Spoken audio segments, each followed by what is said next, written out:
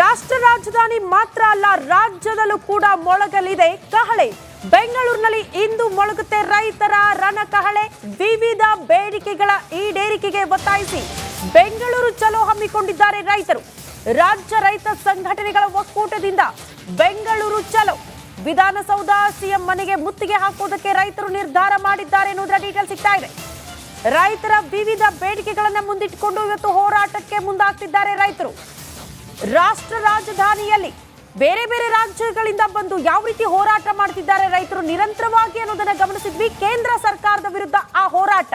ಆದ್ರೆ ಬೆಂಗಳೂರಿನಲ್ಲಿ ಇವತ್ತು ನಡೆಯುವಂತ ರೈತರ ಹೋರಾಟ ರಾಜ್ಯ ಸರ್ಕಾರದ ವಿರುದ್ಧ. ಕಾರಣ ರೈತರಿಗೆ ಮೋಸ ಮಾಡಲಾಗಿದೆ, ಬಜೆಟ್ ನಲ್ಲಿ ರೈತರನ್ನ ಪರಿಗಣನೆ ಮಾಡಲಾಗಿಲ್ಲ ಅನ್ನುವಂತಹ ವಿಚಾರವನ್ನ ಮುಂದಿಟ್ಟುಕೊಂಡು ರೈತರು ಇವತ್ತು ಹೋರಾಟಕ್ಕೆ ಮುಂದಾಗ್ತಿದ್ದಾರೆ. ಕೃಷಿ ಸಾಲ ಸಂಪೂರ್ಣ ಮನ್ನಾ ಮಾಡಬೇಕು ಅನ್ನೋದು ಪ್ರಮುಖ ಆಗ್ರಹ ಆಗ್ತಾ ಇದೆ ರೈತರಿಂದ. ಕೃಷಿ ಉತ್ಪನ್ನಗಳಿಗೆ ಕನಿಷ್ಠ ಬೆಂಬಲ ಬೆಲೆ ನೀಡಬೇಕು ಅನ್ನುವಂತ ಒತ್ತಾಯ. ಭತ್ತ, ರಾಗಿ, ಜೋಳ ಬೆಳೆಗಳಿಗೆ ಬೆಂಬಲ ಬೆಲೆ ಕೊಡಿ ಅಂತ ರೈತರು ಆಗ್ರಹಿಸುತ್ತಿದ್ದಾರೆ. ಕ್ವಿಂಟಾಲ್ಗೆ ಕನಿಷ್ಠ 500 ರೂಪಾಯಿ ಹೆಚ್ಚಳ ಮಾಡಬೇಕು ಅನ್ನೋದು ಕೂಡ ಪ್ರಮುಖ ಆಗ್ರಹ ಆಗಿದೆ.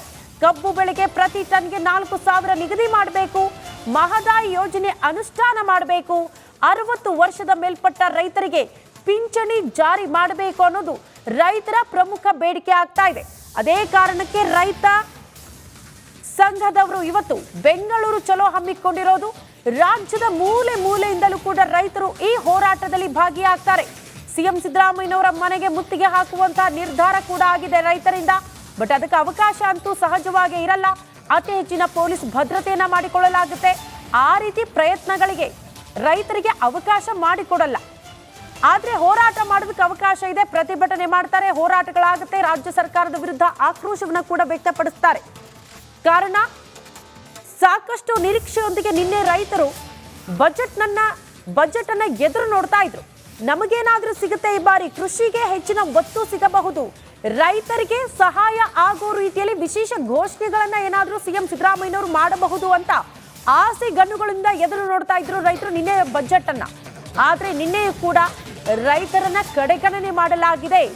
ಕೃಷಿ ಸಾಲ ಸಂಪೂರ್ಣ ಮನ್ನಾ ಆಗಬೇಕಾಗಿತ್ತು. ಆ ವಿಚಾರವನ್ನ ಸಿಎಂ ಸಿದ್ದರಾಮಯ್ಯನವರ ಮುಂದೆ ಇಟ್ಟಿದ್ರು ರೈತರು. ಆದ್ರೆ ಆ ಬೇಡಿಕೆಯನ್ನ ಈಡೇರಿಸಿಲ್ಲ ಸಿಎಂ ಸಿದ್ದರಾಮಯ್ಯನವರು ಅನ್ನೋದು ರೈತರ ಆಕ್ರೋಶಕ್ಕೆ ಕಾರಣ ಆಗಿದೆ.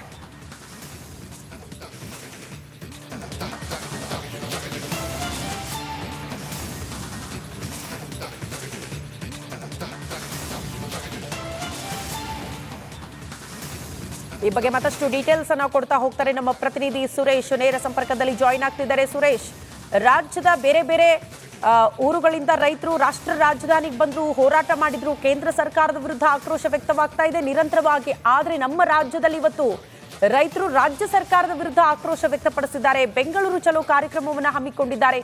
ಪ್ರಮುಖ ಬೇಡಿಕೆ ಏನು, ಆಗ್ರಹ ಏನು ರೈತರದ್ದು ಸುರೇಶ್?